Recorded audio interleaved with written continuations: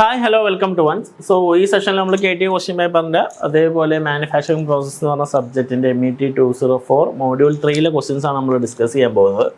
അപ്പോൾ last June 2023 question ആണ് manufacturing process. അപ്പോൾ part A part B questions നമ്മൾ ഡിസ്കസ് ചെയ്യുന്നുണ്ട്.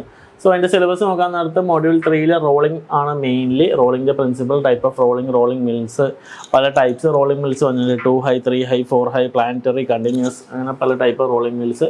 അതുപോലെ അതിൻ്റെ bulk deformation of metals, flow rules, von വിസ്കസ്, heat generation, heat transfer of metals, ഇതൊക്കെയാണ് നമ്മൾ മോഡ്യൂൾ 3 ഡിസ്കസ് ചെയ്യുന്നത്.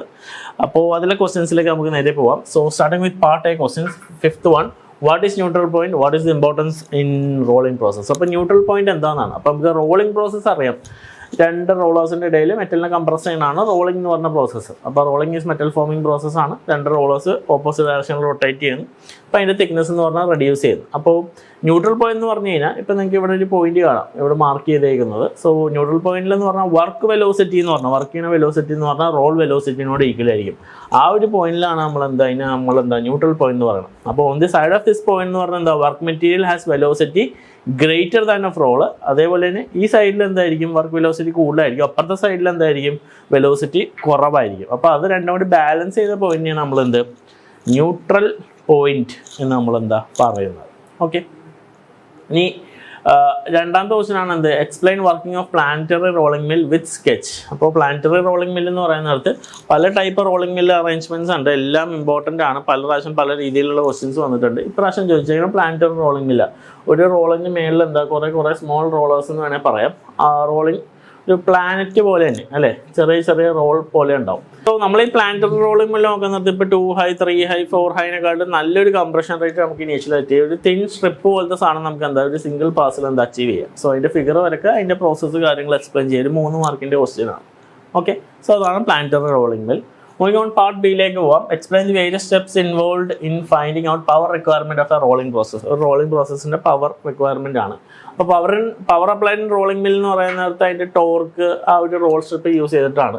അപ്പോൾ ആ ഒരു കോൺസെൻട്രേറ്റ് ചെയ്യുന്ന ഒരു പോയിന്റ് ആർക്ക് ഓഫ് കോൺടാക്ട് അല്ലേ, നമ്മൾ നേരത്തെ റോളിംഗ് മില്ലിൽ ആ ആർക്ക് ഓഫ് കോൺടാക്റ്റിലെ പോയിന്റ് കൺസിഡർ ചെയ്യണമെങ്കിൽ ratio lambda A/LP length base ചെയ്തിട്ട്, ലെങ്ത് നമുക്ക് R × ΔT അതിൻ്റെ തിക്നെസ് ബേസ് ചെയ്തിട്ട് എഴുതാം. മൊമെന്റ് ഓഫ് ആർക്ക് ലാംഡ എന്ന് പറഞ്ഞാൽ 0.5 ആയിരിക്കും ഹോട്ട് റോളിംഗിൽ, 0.45 ആയിരിക്കും കോൾഡ് റോളിംഗ് തന്നെ. ഈ ടോർക്ക് ഈക്വൽ ആണ്, product of rolling mill arrangement ആണ്. അപ്പോൾ നമുക്ക് വർക്ക് ടോർക്ക് എന്ന് പറഞ്ഞാൽ എന്താ 2 × P × A എന്ന് എഴുതാം. സോ രണ്ട് 2 ഹൈ റോളിംഗ് മിൽസ് കൺസിഡർ ചെയ്യണം.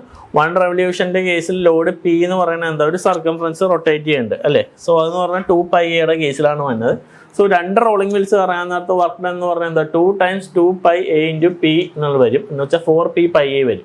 ഇനി N എന്ന് പറഞ്ഞ സ്പീഡ് ഓഫ് റൊട്ടേഷൻ ആണെങ്കിൽ പവർ എന്ന് പറഞ്ഞാൽ വർക്ക് ഡൺ പെർ സെക്കൻഡ് ആണ്. വർക്ക് ഡൺ നമുക്ക്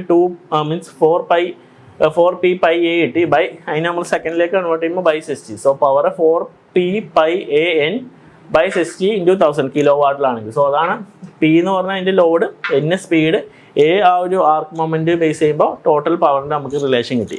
സോ ഉണ്ടായ പവർ എന്ന് പറയുന്നത് ഡിസ്ട്രിബ്യൂട്ട് ചെയ്യണം, എനർജി റിക്വയർഡ്, മെറ്റൽ ഡിഫോം ചെയ്യണം, ഫ്രിക്ഷൻ ഓവർകം ചെയ്യണം, പിന്നെ പവർ ട്രാൻസ്മിഷനിൽ കുറച്ച് എനർജി ലോസ് ആവും, അതേപോലെ ഇലക്ട്രിക്കൽ ലോസസ് ഉണ്ടാവും മെറ്റൽ. അപ്പോൾ ഇതിനെ ഇത്രയും കോമ്പൻസേറ്റ് ചെയ്യുന്ന പവറാണ് നമുക്ക് എന്ത് ജനറേറ്റ് ചെയ്യേണ്ടത്. ഓക്കെ, സോ അതാണ് എന്ത് പവർ ഇൻ റോളിംഗ് എന്ന് പറയുന്നത് ഫസ്റ്റ് വൺ. രണ്ടാമത്തെ എന്ത്, with a neat sketch explain ring rolling process. Ring manufacture ചെയ്യുന്ന അല്ലേ, ഈ ഒരു ഫിഗർ കാണുമ്പോൾ തന്നെ കാണാം. Ring rolling process widely use seamless rings ഉണ്ടാക്കാൻ വേണ്ടിയാണ്. കണ്ടിന്യൂസ് ബട്ട് ഗ്രാജുവൽ പ്രോസസ്സാണ്. റിംഗ് ഡയമീറ്ററിനെ ബേസ് ചെയ്തിട്ട് നമുക്ക് ഇവിടെ കാണാം ഒരു മെയിൻ റോളർ ഉണ്ടാവും, ഒരു മാൻഡ്രിൽ ഉണ്ടാവും, വർക്ക് പീസ് ഉണ്ടാവും, ആ ഒരു ആക്സിസിൽ റൊട്ടേറ്റ് ചെയ്യാൻ ആക്സിയൽ റോളേഴ്സ് ഉണ്ടാവും. അപ്പോൾ ഈ റിംഗ് റോളിൻ്റെ അഡ്വാൻറ്റേജ് എന്ന് പറഞ്ഞാൽ ഒരു റിംഗ് ഫോർജിങ് പ്രോസസ്സിനെയൊക്കെ കമ്പയർ ചെയ്യുന്നത് കുറച്ചും കൂടി ഫാസ്റ്റർ ടൈമിൽ ഒരു ആക്യുറേറ്റ് ആയിട്ടുള്ള റിംഗ്സ് നമുക്ക് എന്താ മാനുഫാക്ചർ ചെയ്തെടുക്കാൻ പറ്റും. സോ അതിൻ്റെ തന്നെ ഒരു വേറെ രീതിയിലുള്ള ഫിഗറാണ് പ്ലേസ് ചെയ്തേക്കുന്നത്. ഫോർജ്ഡ് ബാർ നമ്മൾ മേക്ക് ചെയ്യുന്നു ഇനീഷ്യലി, അതേപോലെ തന്നെ ഹോളോ സർക്കുലർ റിഫോമും നമ്മൾ മേക്ക് ചെയ്യുന്നു. ആക്സൽ റോളേഴ്സ് യൂസ് ചെയ്തിട്ട് ഇത് 3 പ്രോസസ്സിൻ്റെ കേസാണ് നമ്മൾ എന്ത് കാണിച്ചേക്കുന്നത്. അപ്പോൾ ഈ രീതിയിൽ എക്സ്പ്ലെയിൻ ചെയ്യാം. അല്ലെങ്കിൽ ഈ ഫിഗർ 3 ഡയമെൻഷണൽ ഫിഗറാണ്, ഒന്ന് വരച്ച് പ്രാക്ടീസ് ചെയ്യാം. കാരണം ഒരു വൃത്തിക്ക് ആ ഒരു രീതിയിൽ തന്നെ വരയ്ക്കുക. ഓക്കെ, സോ അതാണ് റിംഗ് റോളിംഗ് എന്ന് പറഞ്ഞ process. So process equipment similar ആണ് റോളിംഗ് മിൽസിനെ യൂസ് ചെയ്തിട്ട് രണ്ട് റോളേഴ്സിൻ്റെ ഇടയിൽ റൊട്ടേറ്റ് ചെയ്യുന്ന പോലെ തന്നെയുള്ള സിമിലർ പ്രോസസ്സാണ്. Basically use in production of railway tyres ആവട്ടെ, ആൻറ്റി ഫ്രിക്ഷൻ ബിയറിങ്സ് ആവട്ടെ, റിംഗ് ഷേപ്ഡ് വർക്ക് പീസ് ആവട്ടെ, അതിനൊക്കെ നമ്മളെന്താണ് യൂസ് ചെയ്യുന്നുണ്ട്. അഡ്വാൻറ്റേജ് എന്ന് പറയുന്നത് എന്താ, ഷോർട്ട് പ്രൊഡക്ഷൻ ടൈമാണ്, uniform quality, close tolerance, considerable saving in material cost save ചെയ്യാൻ പറ്റും. സോ അതൊക്കെയാണ് അതിൽ വരുന്നത്. ഓക്കെ, ഇനി അടുത്ത question 16th one, sketch and explain plane stress diagram for maximum shear stress and distortion energy criteria. So maximum shear stress theory frame ചെയ്യണമെന്ന് പറഞ്ഞാൽ എങ്ങനെ നമുക്ക് ഡക്റ്റൈൽ മെറ്റീരിയലിൽ ഫെയിൽ ചെയ്ത് സ്ട്രെസ് കൊടുക്കുമ്പോഴാണ് ഒരു ഇമ്പോർട്ടൻറ്റ് ക്രൈറ്റീരിയയാണ്. Theory concern maximum shear stress കണ്ടുപിടിക്കാൻ വേണ്ടിയാണ്. അതേപോലെ തന്നെ ഈൽഡിങ് ഒക്യൂർ ചെയ്യണമെന്ന് പറഞ്ഞൊരു പർട്ടിക്കുലർ പോയിന്റിൽ മാക്സിമം ഷിയർ സ്ട്രെസ് ഒക്യൂർ ചെയ്യുമ്പോൾ അല്ലേ, നമ്മളൊരു വർക്ക് പീസിൽ എപ്പോഴാണ് അതിലൊരു ഈൽഡിങ് നമ്മൾ ഷിയർ സ്ട്രെസ് ഗ്രാഫ് വരക്കണുണ്ടല്ലോ, ഫോഴ്സ് അപ്ലൈ ചെയ്യുമ്പോഴേക്കും ഒരു പ്ലാസ്റ്റിക് ഡിഫോർമേഷൻ, ഒരു ഇലാസ്റ്റിക് ഡിഫോർമേഷൻ, ഒരു പ്ലാസ്റ്റിക് ഡിഫോർമേഷൻ, പിന്നെ അവിടെ നിന്നൊരു maximum yield stress. So similarly ആ ഒരു maximum shear stress maximum always less than or equal to ഈൽഡിങ്ങിന് ആയിരിക്കും അതിൻ്റെ പകുതി. ട്രൈ ആക്സൽ ലോഡിങ്ങിൻ്റെ കേസിൽ ഈ രീതിയിലായിരിക്കും റിലേഷൻ വന്നത്. ഇതൊക്കെ നിങ്ങൾ നോക്കിയിട്ടുണ്ടാവും. അപ്പോൾ നമുക്ക് വേണ്ടത് അതിൻ്റെ ഈൽഡ് സ്ട്രെസ്, അതേപോലെ തന്നെ ഈൽഡിങ്ങിൻ്റെ relation sigma x minus sigma y whole square plus 4 tau x y, ഇതിൻ്റെ ഒരു ഡെറിവേഷൻസ് ഉണ്ട്. അപ്പോൾ മെയിൻലി നമുക്ക് വേണ്ടതെന്ന് പറഞ്ഞാൽ എന്താണ്, ആ ഒരു ക്രൈറ്റീരിയ അല്ലേ, എങ്ങനെയാണ് വന്നത് ആ ഒരു ഫിഗർ നമ്മൾ സ്ട്രെസ് അപ്ലൈ ചെയ്യുമ്പോൾ വോൺ മിസ്കസും ട്രസ്കേഡും പ്ലേസ് ചെയ്തിട്ടുണ്ട്. അപ്പോൾ മാക്സിമം ഷിയർ സ്ട്രെസ് എന്ന് പറഞ്ഞു കഴിഞ്ഞാൽ is most amount of constant stress in small area ആണ്. However there is only where the maximum shear stress will be, എവിടെയാണോ ആക്ട് ചെയ്യുന്ന ആ രീതിയിലാണ്. പക്ഷെ ഡിസ്റ്റോർഷൻ എനർജി പെർ വോളിയം ആണ് എന്ത് വോൺ മിസ്റ്റർ സ്ട്രെസ്. അത് അതർ വേ ഒരു ഡക്റ്റൈൽ മെറ്റീരിയൽ ഫെയിലിന് വേറെ കേസിലാണ്. അപ്പം രണ്ട് കാര്യങ്ങളുണ്ട് അല്ലേ നമ്മളോട് ക്വസ്റ്റ്യനിൽ വന്നേക്കണത്. Sketch and explain plane shear stress, maximum shear സ്ട്രെസും ഡിസ്ട്രോഷൻ എനർജി ക്രൈറ്റീരിയയാണ്. അപ്പോൾ ഇത് രണ്ടും നമ്മൾ നോക്കാൻ നേരത്ത് മാക്സിമം ഷിയർ സ്ട്രെസ് തിയറിയും അതേപോലെ തന്നെ എന്താ വോൺ മിസ്കസ് തിയറിയിലെ ഡിസ്ട്രോഷൻ എനർജി തിയറി എന്ന് പറയുന്ന നേരത്ത് എന്താ, more narrow elastic region, maximum shear stress theory is more conservative than von Mises theory and predicts more narrow elastic region where material will maintain shape അല്ലേ. Elastic region ആണ് കുറച്ചും കൂടി explain ചെയ്യണം.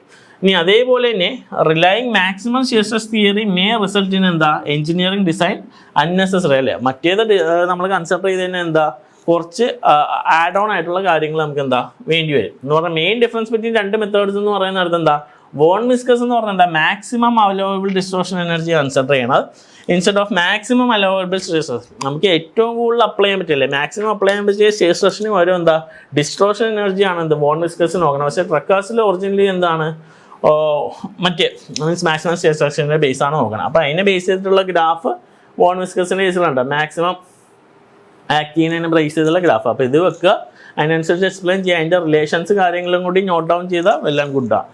Okay, so അതാണ് ആ ഒരു ക്വസ്റ്റ്യനിൽ വരുന്നത്. ഇനി ബി എന്ന് പറഞ്ഞാൽ given account of heat generation and heat transfer in metal forming process. അപ്പോൾ ഒരു മെറ്റൽ ഫോമിംഗ് പ്രോസസ്സ് അല്ലേ, മെറ്റൽ നമ്മൾ ഇടിച്ചിൽ കംപ്രസ് ചെയ്ത് ചെയ്യാൻ നേരത്തെ അവിടെ ഉണ്ടാകുന്ന ഹീറ്റ് ജനറേഷനിലെ ഹീറ്റ് ട്രാൻസ്ഫർ. അപ്പോൾ അത് ആ ഇടിക്കണ ആ ഒരു അല്ലേ, ഒരു ഇപ്പോൾ സപ്പോസ് ചെയ്യുക ഫോർജിങ് ആണ്. അപ്പോൾ നമ്മളൊരു ഹാമർ വെച്ച് ഇടിക്കുന്നതാണെങ്കിൽ എന്താണ്, ഹീറ്റ് ജനറേറ്റ് ചെയ്യുന്ന റിപ്പീറ്റഡ് ഓഫ് ബ്ലോസ് വെച്ചിട്ടാണ് അവിടെ ഒരു ഹീറ്റ് ജനറേറ്റ് ചെയ്യണം. അപ്പോൾ ആ ഒരു ഹീറ്റ് എന്ന് പറഞ്ഞാൽ എന്താ, ഈ ഒരു ഹാമറിലേക്ക് പാസ് ആവുന്നുണ്ട്, ഈ വർക്ക് പീസിലേക്ക് പാസ് ആവുന്നുണ്ട്, സറൗണ്ടിലേക്ക് പാസ് ആവുന്നുണ്ട്. അപ്പോൾ അങ്ങനെ ഒരു 3 രീതിയിലാണ് അവിടെ ഉണ്ടാവും ഹീറ്റ് ജനറേറ്റ് ചെയ്തിട്ട് എന്താണ്, ഹീറ്റ് ട്രാൻസ്ഫർ ആണ്. അപ്പോൾ ഇനീഷ്യലി ഇടിച്ച് വരുമ്പോൾ ഇതെന്ന് പറഞ്ഞൊരു ഇലാസ്റ്റിക് ഡിഫോർമേഷൻ എത്തുന്നു, പിന്നെ ഒരു പ്ലാസ്റ്റിക് ഡിഫോർമേഷനിലേക്ക് എത്തുന്നു, പിന്നെയാണ് നമുക്ക് വേണ്ട ഷേപ്പിലേക്ക് വന്നത്. അതിപ്പോൾ ഒരു റോളിംഗ് ആവട്ടെ, ഫോർജിങ് ആവട്ടെ, എക്സ്ട്രൂഷൻ ആവട്ടെ, ഏത് പ്രോസസ്സ് ആയാലും ഈ സ്റ്റേജസ് കൂടെയാണ് കടന്നു പോകണം. അപ്പോൾ ഹീറ്റ് ജനറേഷൻ എന്ന് പറയുന്ന നേരത്ത് എന്താണ്, വർക്ക് പീസ് ഇതായിട്ട് കോണ്ടാക്ട് ചെയ്യാൻ നേരത്ത് അവിടെ ഉണ്ടാവുന്ന ഒരു ഹീറ്റാണ്. അപ്പോൾ ആ ഒരു പ്ലാസ്റ്റിക് ഡിഫോർമേഷൻ ഫ്രിക്ഷനും കാരണം അതൊക്കെ ബേസ് ചെയ്തിട്ടാണ് അവിടെ ഉണ്ടാകുന്ന ഹീറ്റ്. അപ്പോൾ ഇൻക്രീസ് ഇൻ ടെമ്പറേച്ചർ എന്ന് പറയുന്ന നേരത്ത് ഒരു സെവറൽ ഡിഗ്രി ഹൈ ടെമ്പറേച്ചറിലേക്കാണ് പോകുന്നത്. അതെന്ന് പറഞ്ഞാൽ എന്താ, ഈ മെറ്റീരിയലിലേക്കും വർക്ക് പീസിലേക്കും ടൂളിലേക്കും സറൗണ്ടിങ്ങിലേക്കും എന്താ പാസ്സാവും. അപ്പോൾ initial temperature major factors affecting magnitudes and ടെമ്പറേച്ചറിനെ അഫക്റ്റ് ചെയ്യുന്നത് ഇനീഷ്യൽ ടെമ്പറേച്ചർ, മെറ്റീരിയലിൻ്റെ അതിൻ്റെ ഇനീഷ്യൽ ടെമ്പറേച്ചർ എന്താണ്, heat generation due to plastic deformation, friction, material base ചെയ്തിട്ട് heat transfer between material dies and material environment. ഞാൻ നേരത്തെ പറഞ്ഞ കേസാണ്, അതിനെയൊക്കെ ബേസ് ചെയ്തിരിക്കും എന്താ അതിനെ അഫക്റ്റ് ചെയ്യുന്ന ഫാക്ടേഴ്സ്. അപ്പോൾ ഫോർജിങ് എക്സ്ട്രൂഷനിലൊക്കെയാണ് നമ്മൾ ലൂബ്രിക്കൻസ് കാര്യങ്ങളൊക്കെ യൂസ് ചെയ്യണം, എന്നാൽ മാത്രമേ നമുക്ക് ഈ ടെമ്പറേച്ചർ മെയിൻറ്റെയിൻ ചെയ്യാൻ പറ്റൂ. ഇല്ലേ ഈ ഒരു നമ്മുടെ മെഷീനും കൂടി എന്താ ഡാമേജ് ആവുന്നുണ്ട്. ഫോമിംഗ് പ്രോസസ്സിലായാലും എല്ലാത്തിലും ഈ case higher temperature the material die interface due to heat generation by friction കാരണമാണ് എന്ത് ഏറ്റവും കൂടുതൽ ടെമ്പറേച്ചർ എന്താ അവിടെ ജനറേറ്റ് ചെയ്യുന്നത്. Temperature decreases towards inside of the material and die. ഉള്ളിലേക്ക് പോകും തോറും ആ ടെമ്പറേച്ചർ എന്താ കുറഞ്ഞു വരും. കോൾഡ് ഫോമിങ് ഡിഫോർമേഷനിലൊക്കെ എന്ത് ഷോർട്ട് പീരീഡ് ഓഫ് ടൈമിലേക്കും ഫ്രിക്ഷൻ ആക്ട് ചെയ്യണത്.